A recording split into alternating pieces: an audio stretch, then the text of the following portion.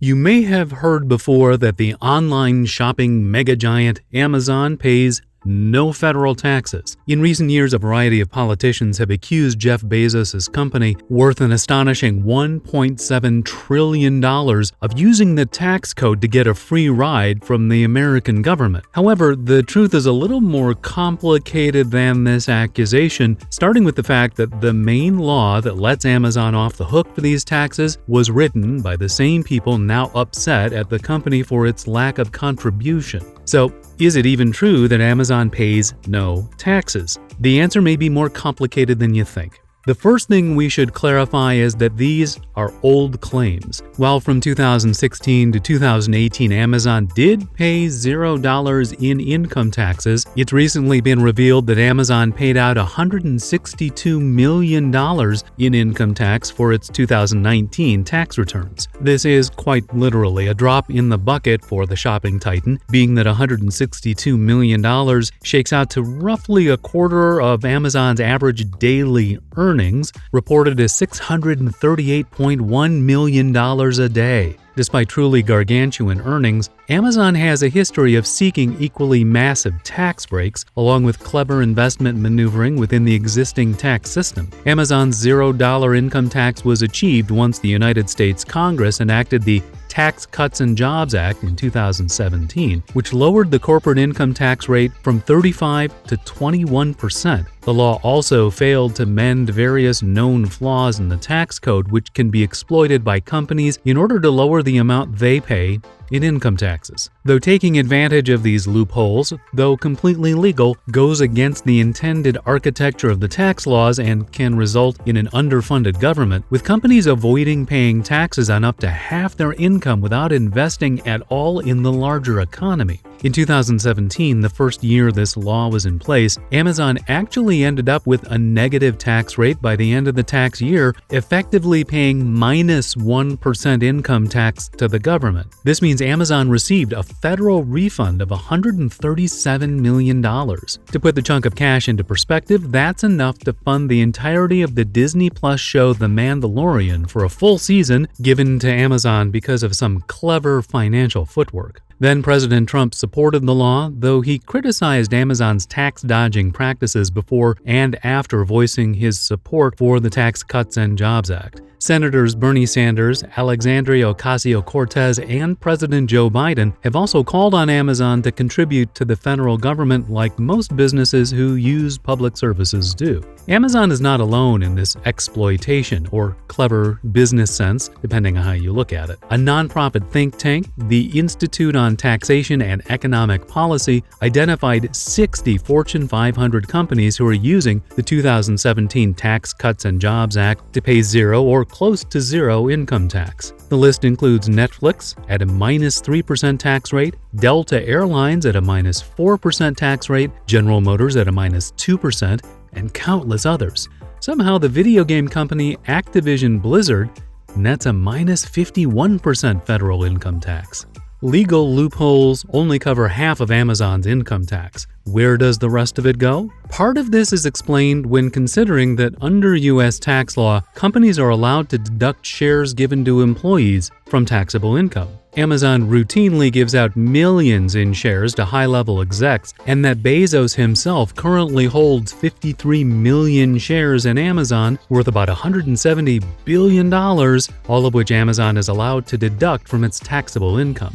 This eliminates a huge chunk of possible taxes. The last remaining figures are more than likely cleaned up by investment programs providing various tax credits. We say most likely because the reports aren't public, so there's no way to actually tell where Amazon gets these tax credits or how many they accrue on an annual basis. The tax credit program is an incentive structure within the U.S. tax code, encouraging businesses to invest in the local economy or projects working towards the good of the community by exchanging local investments for a tax credit, which essentially pays a portion of income taxes for you instead of your hard-earned cash. If you've ever donated to a charity and claimed it on your tax form and seen your tax deficit go down, it's the same basic concept. For its part, Amazon asserts that it earns tax breaks by investing in local economies, which, on the surface, is a valid defense of what otherwise appears to be grossly unjust exploitation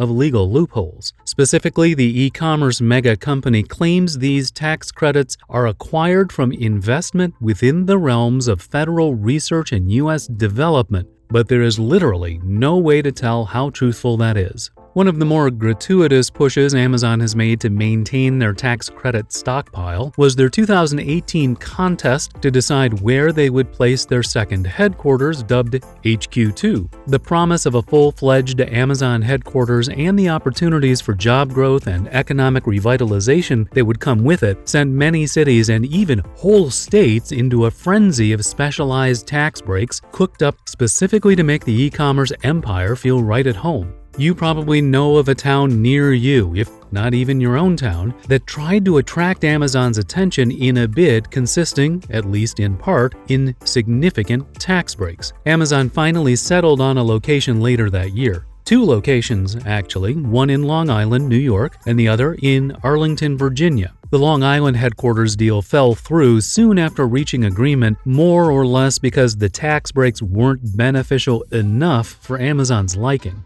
The city of Long Island had negotiated a deal in which tax breaks ultimately totaling about $3 billion were contingent on Amazon meeting certain standards of worker safety and quality of life in their facility. Difficulties in meeting these preconditions eventually killed the deal. Stuart Applebaum, who has held the position of president at Retail, Wholesale, and Department Store Union since 1998 and was involved in making sure Amazon followed safety standards, said this in an interview with City and State, New York, soon after the deal fell through. Amazon's business model is based on paying little or no taxes, feasting on unneeded public subsidies, and mistreating and dehumanizing its own workers. In Arlington, the story is much different. Amazon recently invested $567 million in affordable housing funds to assist a nonprofit in buying massive apartment buildings in Arlington. Amazon says it plans to invest another $1.5 billion as the construction of HQ2 ramps up. This comes on the heels of rumors of a $4 billion plan to build out the Arlington public transit system, all part of getting the city ready to host the second half of Amazon for the foreseeable future. The deal reached with the city of Arlington will provide Amazon with $573 million of incentives, including a $23 million tax break. Amazon has even agreed to take on a portion of the city's taxes, namely percentages of the hotel tax revenue and, under certain conditions, the transient occupancy tax, to help absorb the swell likely to follow Amazon setting up shop. You might say Amazon is priming Arlington. The deal lasts for 15 years, and Amazon has promised to build a permanent campus at least half as large as the original headquarters in Seattle by 2035. So in Arlington, Amazon has already invested more than the incentives it receives, proving that playing host to the world's most powerful virtual general store can have its upsides. There are more ominous details in the deal's fine print, namely that when journalists and investigators ask the city of Arlington for records on Amazon, as part of the deal, Amazon is given 2 days warning to take such steps as it deems appropriate. This is a huge red flag to journalists, and it makes it look like the stimulus the company is pumping into the city's infrastructure may come at a cost at some point down the line. Although Amazon did pay an amount of federal taxes in 2019 and does always pay state taxes, it is true that from 2016 to 2018, Amazon got away with paying exactly 0 federal income tax. Amazon has a well-established pattern of seeking the lowest possible tax rates. Some people see it as good business sense, while others look at a company synonymous with the concept of online shopping, worth $1.7 trillion, and wonder, why the Scrooge-like resistance to loosen the purse strings?